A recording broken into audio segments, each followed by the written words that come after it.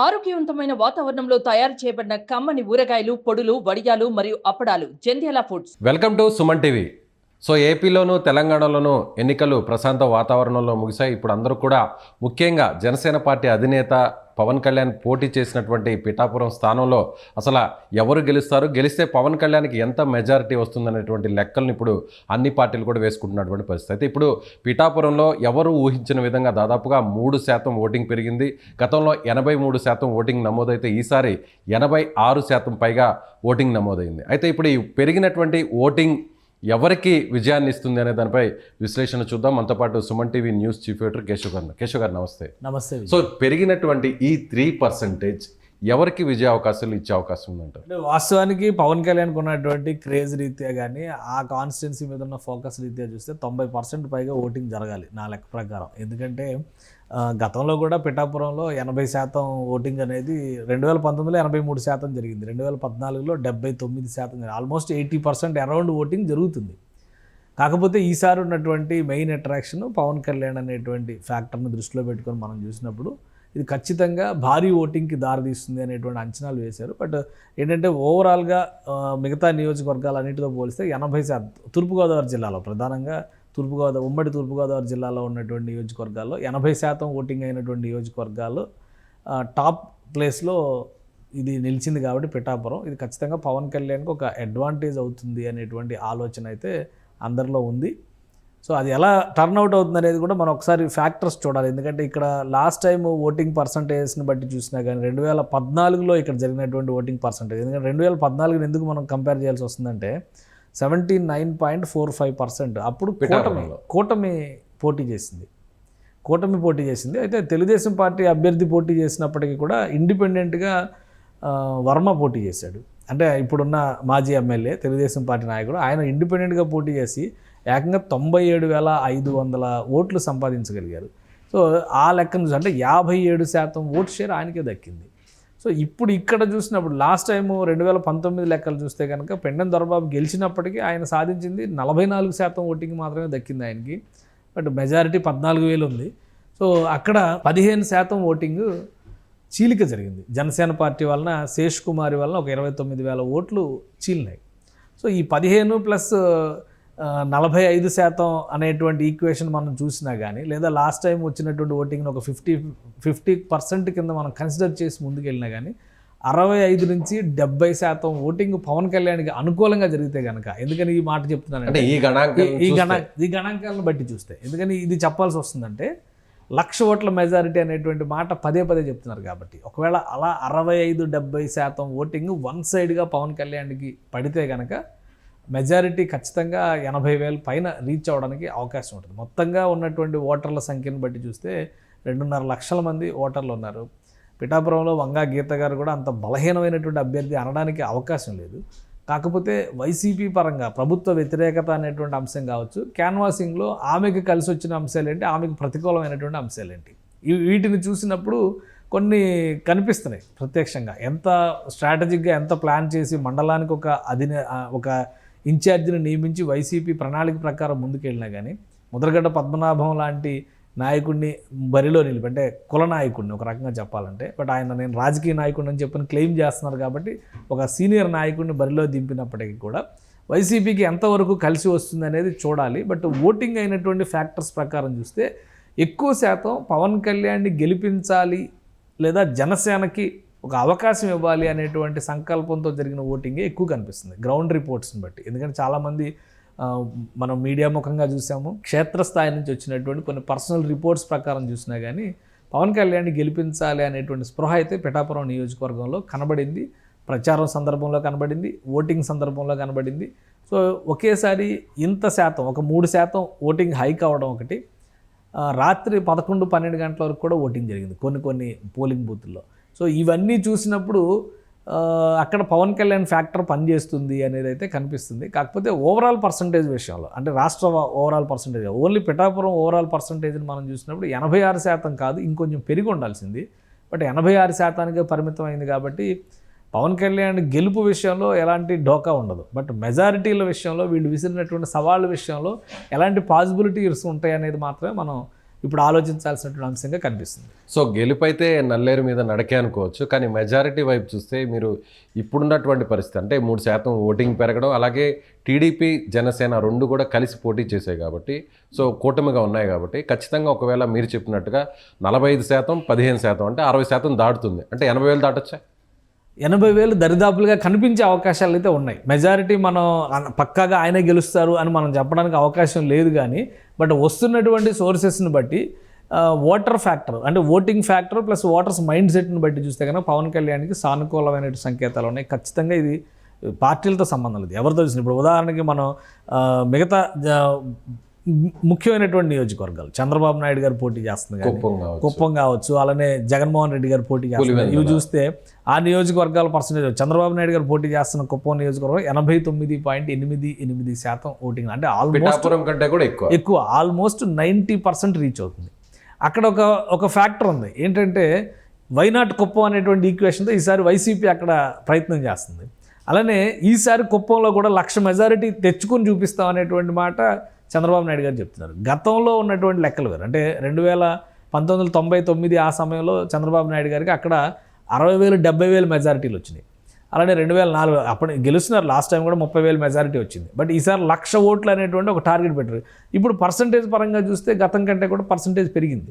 So ఈ లెక్కలను బట్టి చూస్తే అది ఎవరికి కలిసి వస్తుంది. ఇంకోటి మంగళగిరి నియోజకవర్గంలో 85.74% పర్సంటేజ్ నమోదైంది. అలానే హిందూపురం బాలకృష్ణది అయితే 77.82% మాత్రమే అక్కడ నమోదైంది. 80 క్రాస్ అవుతుందని చెప్పని అందరూ అనుకున్నారు, బట్ అక్కడ క్రాస్ కాలేదు.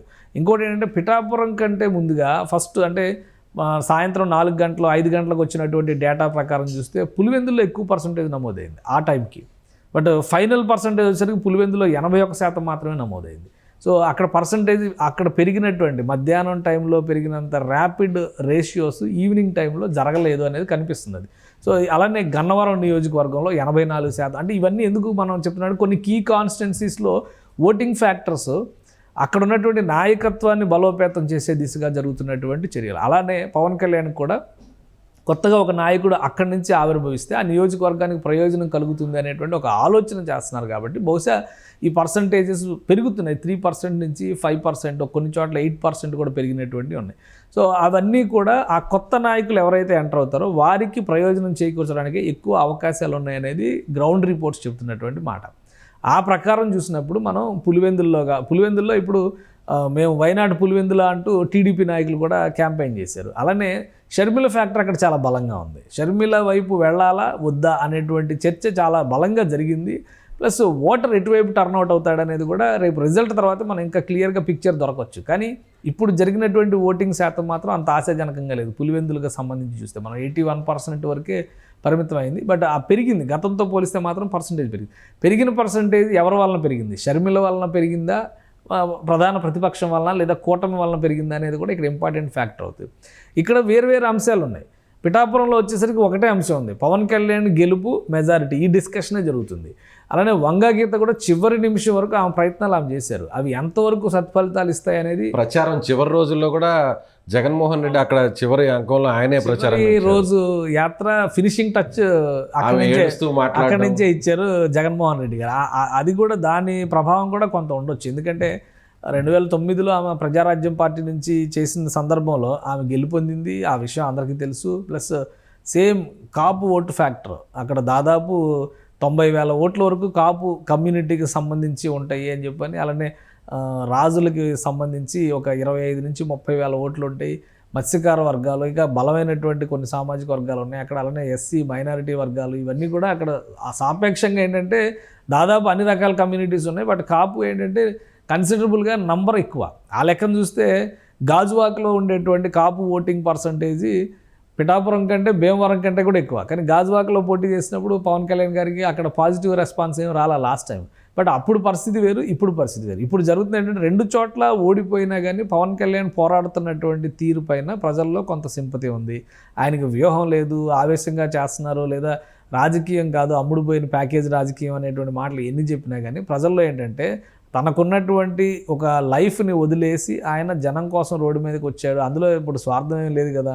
ఇప్పుడు ఆయన ప్యాకేజ్ కోసం చేసుకునే లెక్క అయితే సినిమాలు చేసుకుంటే ప్యాకేజీలు వస్తాయి కదా, ఈ ప్యాకేజీలు చేయాల్సినటువంటి అవసరం లేదు, అందరితో మాట పడాల్సినటువంటి అవసరం లేదు. కాబట్టి జనంకు ఉండే పర్సెప్షన్ ఒకటి జనానికి ఉంది, మనం ఎన్ని చెప్పినా కానీ మనం అటు చెప్పాల్సిన అవసరం లేదు, ఇటు చెప్పాల్సిన అవసరం లేదు. సో ఆ న్యూట్రల్ ఆస్పెక్ట్లో చూసినప్పుడు పవన్ కళ్యాణ్ ఏదో చేయాలని తపన పడుతున్నాడు. 2019 ఎన్నికలకు 24 ఎన్నికలకు పోలిస్తే ఖచ్చితంగా పవన్ కళ్యాణ్ ఇప్పుడు కీ రోల్ ప్లే చేస్తున్నారు అనుకోవచ్చు. ఈసారి పవన్ కళ్యాణ్ తీసుకున్నటువంటి స్టెప్, నా ఆలోచన నుంచి నేను చెప్పేది ఏంటంటే ఆయన రైట్ డైరెక్షన్లో ఉన్నాడు. ఎందుకంటే ఇప్పుడు గెలవడం ముఖ్యం. తెలుగుదేశం పార్టీ, కాంగ్రెస్ పార్టీ అత్యంత బలంగా ఉన్న సందర్భంలో ప్రజారాజ్యం పార్టీ వచ్చింది. అసలు అది అక్కడ స్పేస్ ఉన్నటువంటి సందర్భం కాదు. రెండోది తెలంగాణ ఉద్యమంతో ఒక పార్టీ బలంగా వేళ్ళు అనుకుంటున్నటువంటి సందర్భం, అది అక్కడ స్పేస్ లేదు. అదే సమయంలో మళ్ళీ లోక్సత్తా పార్టీ అని ఏదో సోషల్ చేంజ్ అనేటువంటి కాజ్తో వచ్చినటువంటి ఇవన్నీ కూడా ఉన్నాయి. ఆ సమయంలో ప్రజారాజ్యం పార్టీ రావడం అనేది అక్కడ స్పేస్ దొరకపోయినా కానీ త్రివిక్రమ్ చెప్పినట్టుగా స్పేస్ తీసుకునే ప్రయత్నం చేశారు, కాబట్టి అక్కడ రివర్స్ మెసేజ్ వచ్చింది. ఇప్పుడు ఇక్కడ పరిస్థితి ఎలా ఉందంటే తెలుగుదేశం పార్టీ అనుభవం ఒక ఆస్పెక్ట్ అయితే, రెండో వైపు నుంచి వైఎస్ఆర్సీపీ పాలనకి ఒక గీట్రాయి ఈ ఎలక్షన్. 5 ఏళ్ళు ఇప్పటి మొన్నటి వరకు జగన్మోహన్ రెడ్డి పరిపాలన ఎలా ఉంటుందనేది చూడాల. 2019 ఏది చెప్పినా అది చేస్తారు అనేటువంటి మాట చాలా బలంగా ప్రజల్లోకి తీసుకెళ్లారు. అందుకని ఒకవేళ చెబితే చేస్తారేమో అనుకున్నారు. ఇప్పుడు చెప్పిన వాటిలో ఎన్ని చేశారనే లెక్క వేసుకునేటువంటి అవకాశం ప్రజలకు ఉంది. ఇప్పుడు వంగాగీతకి లాస్ట్ మినిట్లో ఆయన ప్రచారం చేస్తూ మీరు గెలిపించుకోండి డిప్యూటీ సీఎం అన్నారు. గెలిపించిన వాళ్ళు చాలామందికి పదవులు లేని వాళ్ళు ఉన్నారు. దాని మీద కూడా డిస్కషన్ జరిగింది సోషల్ మీడియాలో. ఇప్పుడు మంగళగిరి నియోజకవర్గంలో ఎలక్షన్ జరిగేటప్పుడు 2019లో ఏం చెప్పారు, రామకృష్ణారెడ్డి మంత్రివర్గంలో చోటు వస్తుంది, మీరు ఒక మంత్రిని ఎన్నుకోబోతున్నారు అన్నారు. మంత్రివర్గంలో చోటు వచ్చిందా? ఆయన చివరికి పార్టీని వదిలి వెళ్ళిపోయి మళ్ళీ వెనక్కి వచ్చింది. చిలకలూరుపేటలో కూడా ఎమ్మెల్సీ ఇచ్చి మంత్రిని చేస్తారు. ఇలాంటి ఈక్వేషన్స్ ఆల్రెడీ చూశారు ప్రజలు. అందుకనే పిఠాపురంలో ఓటింగ్ ఫ్యాక్టర్ని చివరి సభ ప్రభావం చేసేటువంటి దానికంటే కూడా ఇక్కడ ఈ ఎలక్షన్ అంతా ఎందుకు జరగాలి అనే దాని మీద వస్తే జగన్మోహన్ రెడ్డి కంటిన్యూ చేయాలా, కంటిన్యూ చేయకూడదా అనే దాని మీదే ఫ్యాక్టర్ ఇప్పుడు ఓటింగ్ అన్నారు. అలానే పిఠాపురంలో ఓటింగ్ పవన్ కళ్యాణ్ని గెలిపించాలా వద్దా అనే దాని మీద కాదు జరిగింది, పవన్ కళ్యాణ్ మెజారిటీ చుట్టూనే ఎక్కువ జరిగింది. ఆ ఓటింగ్ ఫ్యాక్టర్ ఆలోచన ఉంది కాబట్టి ఎన్ని రకాల మాటలు చెప్పినా కానీ అవి ఎక్కడ కూడా పొసిగేటువంటి పరిస్థితుల్లో లేవు. అందుకనే ఓటింగ్ పర్సంటేజ్ పెరిగింది. కొన్ని గ్రామాల్లో కొన్ని ప్రాంతాలు అంటే ఆ పిఠాపురం రూరల్ ఏరియాస్లో పవన్ కళ్యాణ్ జనసేన పార్టీ నాయకులు రాకపోయినా ఓటు వేయడానికి సంసిద్ధంగా ఉన్నటువంటి ప్రజలు చాలామంది ఉన్నారు. హైదరాబాద్ అలాగే బెంగళూరు, చెన్నై లాంటి నగరాల నుంచి కూడా యువత పెద్ద ఎత్తున అక్కడికి వచ్చి ఓటింగ్ చేశారు. వచ్చి పిఠాపురం మూలాలు ఉండి ఇతర ప్రాంతాల్లో స్థిరపడిన వాళ్ళు కూడా పవన్ కళ్యాణ్ మా ప్రాంతానికి రిప్రజెంట్ చేస్తే బాగుంటుంది, మంచి జరుగుతుందనే ఆలోచనతో వెళ్ళి అది కూడా ఒకసారి ఉంటుంది. పవన్ కళ్యాణ్ కూడా ఈసారి మాత్రమే ఉంటుంది ఆ అడ్వాంటేజ్. ఈసారి పవన్ కళ్యాణ్ ఏం చేస్తారనే దాని మీద నెక్స్ట్ టైం జడ్జిమెంట్ ఉంటుంది. కాబట్టి ఇప్పుడు ఆయన సద్వినియోగం చేసుకోవాల్సి ఉంటుంది. గెలుపు అవకాశాలు ఎక్కువగా ఉన్నాయి కాబట్టి మెజారిటీ ఎంత అనేది నాగబాబు గారు ఒక క్లారిటీ ఇచ్చారు. మెజారిటీ ఎంత అనేది ప్రస్తుతం కాదు, గెలవడం ఒకటే ముఖ్యం. మాకు ప్రజల ఆశీర్వాదాన్ని బట్టి మెజారిటీలు ఉంటాయి. ఏదైనా ఆయనను గెలిపించి ప్రజలు కనుక ఆయనకు ఓటు వేసి గెలిపిస్తే అదే పెద్ద బాధ్యత. ఇప్పుడు చేస్తున్న బాధ్యత కంటే ఇంకా ఎక్కువ అవుతుంది పవన్ కళ్యాణ్ అనేటువంటి మాట. నాగబాబు గారు కూడా ఆయన 1.5 రోజులు అక్కడే ఉన్నారు. ఆయన భార్య ప్రచారం చేశారు, ఆయన కొడుకు ప్రచారం చేశారు. సో పవన్ కళ్యాణ్ గెలుపు కోసం ఆయన కూడా చాలా కష్టపడ్డారు. ఇవన్నీ పనిచేసినాయి. ప్లస్ చాలామంది నటులు, జబర్దస్త్ టీం కావచ్చు, చిన్న చిన్న ఆర్టిస్టులు వాళ్ళందరూ స్వచ్ఛందంగా వెళ్ళారు. పవన్ కళ్యాణ్ గారు కానీ జనసేన పార్టీ కానీ ఆహ్వానించినట్టు, ఒకవేళ వాళ్ళ ఆహ్వానాలు లేకపోయినా కానీ తమకు పరిచయాలు ఉన్న వాళ్ళని పట్టుకొని పిఠాపురం వెళ్ళి ఒక 2 రోజులు జనసేనకు ఓటేయండి అని చెప్పి వచ్చిన సందర్భాలు ఉన్నాయి. సో ఆ వాలంటరీ క్యాన్వాసింగ్ సిస్టమ్ అనేది ఏ పార్టీకి లేదు. మా అంతటా మేము వెళ్ళి స్వచ్ఛందంగా ప్రచారం చేస్తాం అనేటువంటి పద్ధతి ప్రస్తుతం ఉన్న రాజకీయ పార్టీలో లేదు. పవన్ కళ్యాణ్కి ఒక్కడికి మాత్రమే ఉంది. పార్టీని పక్కన పెడదాం మనం, అక్కడ కూడా జనసేన పార్టీ అన్ని నియోజకవర్గాల్లో జరిగిందా అంటే కొన్ని క్వశ్చన్స్ రైజ్ అవ్వచ్చు. బట్ పిఠాపురం మీద మాత్రం ఆ ప్రభావం ఉంది. అందుకనే ఓటింగ్ పర్సంటేజ్ పెరిగింది. ఈ ఓటింగ్ పర్సంటేజ్ వచ్చినటువంటి విధానంలో కూడా, ఎందుకంటే రౌండ్స్ వారీగా ఓటింగ్ పర్సంటేజ్ని సజెస్ట్ చేసి చూస్తే కూడా చాలా రౌండ్స్లో మీకు ఊహించిన విధంగా ఓటింగ్ పర్సంటేజ్ పెరిగింది. అంటే రౌండ్స్ మీన్స్ కౌంటింగ్ కాకపోయినా కానీ గంటల వారీగా ఇచ్చారు కదా, సమయాన్ని బట్టి మొత్తం ఇచ్చినటువంటి డేటా, ఇక్కడ మొత్తంగా వచ్చినటువంటి డేటా చూస్తే గొల్లప్రోలు రూరల్ ఏరియాలో మేల్ ఓటింగ్, ఫీమేల్ ఓటింగ్ అసలు ఎంత ఉంది, అందులో ఎంత పర్సంటేజ్ జరిగింది, 81% ఓటింగ్ జరిగింది స్టార్టింగ్ వార్డ్స్ వారుగా. అంటే మొత్తం ఏ వార్డులో ఎంత ఓటింగ్ ఉంది ఆ డేటా అంతా కూడా వచ్చింది మనకి. దాని ప్రకారం చూస్తే కనుక గొల్లప్రోలు రూరల్ అలానే 3 మండలాలు ఉన్నాయి మొత్తం. అక్కడ 3 మండలాల్లో ఉన్నటువంటి డివిజన్ వారి ఓటింగ్ కూడా ఎక్కడా కూడా 80%కి తగ్గల. గొల్లప్రోలు రూరల్ 81%. తర్వాత గొల్లప్రోలుకి సంబంధించి బూత్ నెంబర్స్ వారీగా ఉన్నాయి కాబట్టి మనం బూత్ నెంబర్స్ చెప్పలేం కాబట్టి అన్నీ కూడా 81%, 83%, 88%, 80%, 80%, 88%, 87%, 85%, 85 ఎక్కడా కూడా 80% బిలో జరగల. అంటే కనీసం 79 కూడా లేదు. అన్ని పోలింగ్ బూత్ల్లో ఇప్పుడు అక్కడ ఎన్ని పోలింగ్ బూత్లు అయితే అరేంజ్ చేశారో వాటన్నిటికీ సంబంధించి యావరేజ్గా ఎన్ని బూత్లు ఉన్నాయంటే మొత్తం పిఠాపురం బూత్ లిస్ట్ ఒకసారి మనం చూస్తే కనుక 242 పోలింగ్ స్టేషన్స్ ఏర్పాటు చేశారు. 242 పోలింగ్ స్టేషన్స్ వారీగా మేల్ ఫీమేల్ ఓటింగ్లో కూడా ఎక్కడ కూడా ఇది రాలా, అంటే 80% బిలో రాలా. అంతా కూడా 85, 80 రౌండ్లో కూడా యూ కొత్తపల్లిలో అయితే 92% పోలింగ్ జరిగింది. 242 బూత్ నెంబరు 92.24% పోలింగ్ జరిగింది. అంటే ఇంత పోలింగ్ టర్న్అవుట్ అనేది అంత ఆషామాషిగా వచ్చేటువంటి విషయం కాదు. ప్లస్ ఇంకోటి ఏంటంటే ప్రజల్లో కూడా ఒక కసి కోపం ఉండేటువంటిది అనమాట. అలాంటిది ఒక 225 పోలింగ్ బూత్లో మాత్రం 79.2% ఓటింగ్. అదే లీస్ట్. మిగతా అన్నీ కూడా 94% జరిగినవి కూడా ఉన్నాయి. 329, 349 బూత్స్లో 94%, 94.2%, 91%. సో అంటే ఇదంతా ఎందుకు జరిగింది అంటే చాలా అంతా కూడా ఇప్పుడు రూరల్ ఓటింగ్ ఎక్కువ శాతం వైసీపీకి కలిసి వస్తుంది అనేటువంటి ఒక అంచనా ఉంది. బట్ పిఠాపురంలో చాలా వరకు రూరల్ ఏరియాస్ ఉన్నా కానీ అవన్నీ కూడా జనసేనకి టర్న్అవుట్గా కనిపిస్తున్నాయి అనేది గ్రౌండ్ నుంచి వస్తున్నటువంటి సమాచారం. ఫైనల్ ఓటింగ్లో అంత ఆషామాషి విజయం ఉంటుందని అయితే నేను అనుకోవడం లేదు. టఫ్ ఫైట్ ఇచ్చి ఉండవచ్చు, కానీ ఆ గెలుపు ఎలా ఉంటుంది అనేది రిజల్ట్ని బట్టే చెప్పగలుగుతాం. ఇప్పుడు 2014లో 2014లో కూడా కూటమి అభ్యర్థిగా నిలబెట్టిన వ్యక్తి 3వ స్థానంలో నిలిచారు. కాబట్టి ప్రజలకి ఉండేటువంటి పిఠాపురం ఓటర్ తీర్పులో ఇంకొక విషయం మనం గమనించాల్సింది ఏంటంటే చాలా డిఫరెంట్ జడ్జిమెంట్ ఇచ్చినటువంటి చరిత్ర పిఠాపురంకి ఉంది. ఒకసారి గెలిచినటువంటి వ్యక్తికి రెండోసారి అవకాశం, ఒకసారి గెలిచినటువంటి వ్యక్తి రెండోసారి గెలవలేదు. అలానే ఒకసారి వచ్చిన పార్టీ రెండోసారి వరుసగా రెండోసారి అయితే అసలే రాలేదు. సో అలాంటి చరిత్ర ఉంది. ఇప్పుడు లాస్ట్ టైం వైసీపీకి సంబంధించినటువంటి దొరబాబు గెలిచారు. ఒక్క తెలుగుదేశం పార్టీ ప్రారంభించినటువంటి 83, 85లో జరిగినటువంటి సందర్భంలో మాత్రమే వెన్నా నాగేశ్వరరావు 2 సార్లు గెలిచారు. తర్వాత చూస్తే కాంగ్రెస్ పార్టీ గెలిచింది, తర్వాత తెలుగుదేశం పార్టీ గెలిచింది, తర్వాత ఇండిపెండెంట్గా వీరభద్రరావు గెలిచారు. ఇండిపెండెంట్లో కూడా 3 సార్లు గెలిపించినటువంటి హిస్టరీ ఉంది. పాత చరిత్రను వదిలేస్తే ఈ రీసెంట్ హిస్టరీలో కూడా 99లో ఇండిపెండెంట్ అభ్యర్థి గెలిచారు, 2004లో బీజేపీ అభ్యర్థి గెలిచారు, 2009లో ప్రజారాజ్యం పార్టీ అభ్యర్థి, ఇప్పుడు ఎవరైతే వైసీపీ తరఫున పోటీ చేస్తున్న వంగా గీత ఉన్నారో ఆమె పీఆర్పీ నుంచి ఇదే 2014లో ఎస్విఎస్ఎన్ వర్మ గెలిచారు. ఆయన ఇండిపెండెంట్గా గెలిచారు. ఎందుకంటే 2014లో కూటమిలో ఆయనకు సీట్ దక్కలేదు. విశ్వం అనేటువంటి ఆయన్ని లీడర్గా అక్కడ పెట్టారు, ఎన్ఆర్ఐ క్యాండిడేట్. బట్ ఆయన ఓవరాల్గా అంత ప్రయత్నం చేసి కూడా 20,000 ఓట్లు దాటలేదు ఆయనకి. 20-25,000 ఓట్ల లోపే వచ్చినట్టు ఉన్నాయి ఆయనకి. సో ఆయన ఓటమి 3వ స్థానం. అదే టైంలో ఆ ఎన్నికల్లో కూడా ముద్రగడ పద్మనాభం కాంగ్రెస్ పార్టీ నుంచి పోటీ చేశారు. పద్మనాభం 2009 ఎలక్షన్స్లో కాంగ్రెస్ పార్టీ నుంచి పోటీ చేశారు, 3వ స్థానంలో ఉన్నారు. పద్మనాభం 3వ స్థానంలో ఉన్నారు. 2014లో జరిగినటువంటి కూటమి ఎన్నికల్లో కూటమి అభ్యర్థి 3వ స్థానంలో ఉన్నారు. ఇండిపెండెంట్ అభ్యర్థి దాదాపు 92,000 పైసలకు ఓట్లు దక్కించుకున్నారు. అంటే 47,000 ఓట్ల మెజారిటీ వచ్చింది. అంటే వ్యక్తుల ప్రాబల్యం కొంత ఎక్కువగా ఉంటుంది అనుకోవచ్చు. అక్కడ వర్మ గారికి ఉన్నటువంటి అడ్వాంటేజ్ అంటే లోకల్గా ఆయన చాలా ప్రయత్నం చేశారు. ఎందుకంటే 2009 ఎలక్షన్స్లో కేవలం 1000 ఓట్ల తేడాతో వంగగీత చేతిలో, ప్రజారాజ్యం పార్టీ అభ్యర్థి చేతిలో తెలుగుదేశం పార్టీ అభ్యర్థిగా ఎస్విఎస్ఎన్ వర్మ ఓడిపోయాడు. 3వ స్థానంలో నిలిచినటువంటి ముద్రగడ పద్మనాభం కాంగ్రెస్ పార్టీ నుంచి పోటీ చేశాడు. ఈయనకంటే 2,000 ఓట్లు ఎక్కువ తెచ్చుకున్నాడు ఆయన. సో నియోజకవర్గంలో ఎట్టి పరిస్థితుల్లో 2014లో నేనే అభ్యర్థిగా నిలవాలనేటువంటి ఆకాంక్షతో ఆయన బలంగా పనిచేశారు. దానికి తగ్గట్టుగా 2012, 2013లో జరిగినటువంటి చంద్రబాబు నాయుడు పాదయాత్రకు సంబంధించి కూడా అక్కడ ఒక ఇన్ఛార్జిగా పిఠాపురం పరిసర ప్రాంతాల ఆ నియోజకవర్గం మొత్తం బాధ్యతలు కూడా ఆయన నిర్వర్తించారు.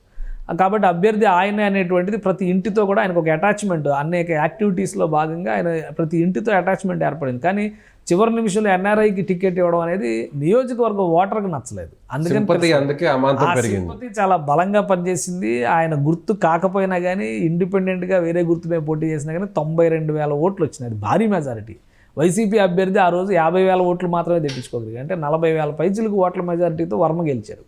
సో అదే వేవ్ ఒకవేళ కొనసాగి ఉంటే 2019లో కూడా ఆయనకు వచ్చి ఉండాలి. కానీ 2019లో 14,000 ఓట్ల తేడాతో వర్మ ఓడిపోయారు. జనసేన పార్టీ అభ్యర్థి 29,000 ఓట్లు చీల్చగలిగారు. సో ఈ లెక్కలను బట్టి చూస్తే జనసేన టీడీపీ కలిసినప్పుడు ఈ మెజారిటీ ఖచ్చితంగా భారీగా పెరిగేటువంటి అవకాశం ఉంటుంది. అందుకనే చంద్రబాబు నాయుడు గారు కూడా చాలా చాకచక్యంగా వర్మ బయటికి వెళ్తే ఆ ఎఫెక్ట్ చాలా ఎక్కువగా ఉంటుంది. కాబట్టి ఇమీడియట్గా ఆయన బుజ్జగించారు. గవర్నమెంట్ వస్తే కనుక మొదట అవకాశం నీకేస్తుంది అంటే ఎమ్మెల్సీ చేస్తాననేటువంటి మాట ఇచ్చారనేది చాలా గట్టిగా వినిపిస్తుంది.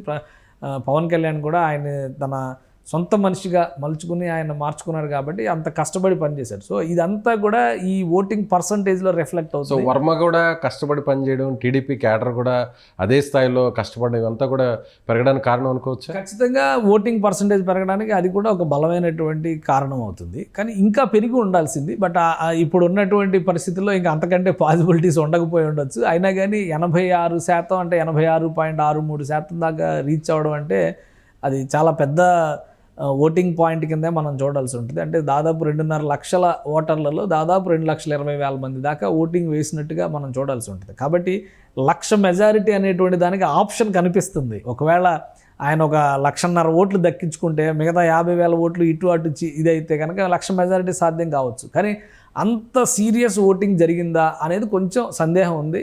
కాబట్టి మెజారిటీ విషయంలో 60,000 నుంచి 80,000 వరకు రావడం అనేది చాలా సులువు అనేటువంటిది కొంతమంది గ్రౌండ్ నుంచి చేస్తున్నటువంటి సర్వేలు చెబుతున్నటువంటి మాట. బట్ ఓటింగ్ ఫ్యాక్టర్ మాత్రం సీరియస్గా పవన్ కళ్యాణ్ మన నియోజకవర్గానికి రిప్రజెంట్ చేయాలి, పవన్ కళ్యాణ్కి ఈసారి అవకాశం ఇవ్వాలి, పవన్ కళ్యాణ్ వస్తే మన నియోజకవర్గం బాగుపడవచ్చు, ఇలాంటి ఆలోచనతో చేశారు. ఇది ఒక్కసారి మాత్రమే ఉంటుంది. జగన్మోహన్ రెడ్డి కూడా 2019లో చేసినటువంటి ఓటింగ్ ఎవరు ఊహించిన విధంగా టర్న్అవుట్ ఎందుకు అయింది అంటే, యువకుడు 5 ఏళ్ళు అవకాశం ఇచ్చినా కానీ తెలుగుదేశం పార్టీ ఆశించిన స్థాయిలో పనిచేయలేకపోయింది. చివరి నిమిషంలో వాళ్ళ మీద వీళ్ళు నెపాలు నెట్టుకున్నారు కానీ రాష్ట్రానికి ప్రయోజనం జరగలేదనేటువంటి ఆవేదన ఒకవైపు, ఒక అవకాశం అనేటువంటి మాట బాగా పనిచేసింది. ఈసారి ఇస్తే ఏదైనా ఒక అద్భుతం జరుగుతుంది, రాష్ట్రం ముందుకెళ్తుంది అనేటువంటి ఆలోచనతో ఒక భారీ ఓటింగ్ జరిగింది. అప్పుడు అనుకూలంగా, వైసీపీకి అనుకూలంగా. ఎందుకంటే అప్పుడు కూడా ఉమెన్ ఓటింగ్ ఎక్కువ జరుగుతుంది అంటే ఖచ్చితంగా చంద్రబాబు నాయుడు పసుపు కుంకుమ పనిచేసింది అనుకున్నారు. బట్ అక్కడ పనిచేసింది అది కాదు, ఈ అవకాశం మార్చాలనేటువంటి ప్రభుత్వ వ్యతిరేకత అనేది పనిచేసింది అక్కడ. ఆ రోజు కనబడింది క్లియర్గా. ఇప్పుడు ఈరోజు జరుగుతున్నటువంటి ఓటింగ్లో కూడా ప్రభుత్వ వ్యతిరేకత వర్సెస్ కొత్త అవకాశం ఇచ్చేటువంటి ప్రయత్నం, ఈ రెండు కూడా పిఠాపురంలో ఎక్కువ పనిచేసింది. ఓవరాల్గా స్టేట్లో ఎలా ఉందనేది మనం ఒక్కొక్క నియోజకవర్గంలో ఒక ఫ్యాక్టర్ కనిపిస్తుంది. ఎందుకంటే చిత్తూరు జిల్లా పరిధిలో జరిగినటువంటి, చిత్తూరు లోక్సభ పరిధిలో జరిగినటువంటి 7 నియోజకవర్గాల్లో 80% పైగా ఓటింగ్ జరిగింది. ఒక్క నియోజకవర్గంలో మాత్రం 81% ఓటింగ్ జరిగింది.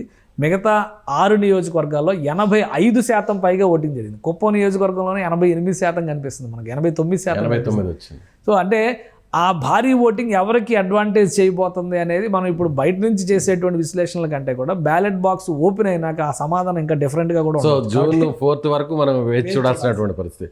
సో ప్రీవియస్ హిస్టరీ చూసినా కూడా అదేవిధంగా భారీ స్థాయిలో పోలింగ్ నమోదవడం, ఇప్పుడు ఖచ్చితంగా పవన్ కళ్యాణ్ విజయం ఒక రకంగా చెప్పాలంటే నల్లేరు మీద నడకే కావచ్చు. అయితే తెలుగు రాష్ట్రాల్లోనే ఒక హాట్ సీట్గా మారినటువంటి పిఠాపురంలో పవన్ కళ్యాణ్ గెలిస్తే ఎంత మెజారిటీతో గెలుస్తారు, జనసేన పార్టీ నాయకులు చెప్తున్నట్టుగా 1,00,000 మెజారిటీకి రీచ్ అవుతారా లేదనేది కూడా జూన్ 4 వరకు వేచి చూడాల్సిన పరిస్థితి. Thank you so much. Suman టీవీలో మీ పర్సనల్ అండ్ బిజినెస్ ప్రమోషన్స్ కోసం కింది నెంబర్కి కాంటాక్ట్ చేయండి.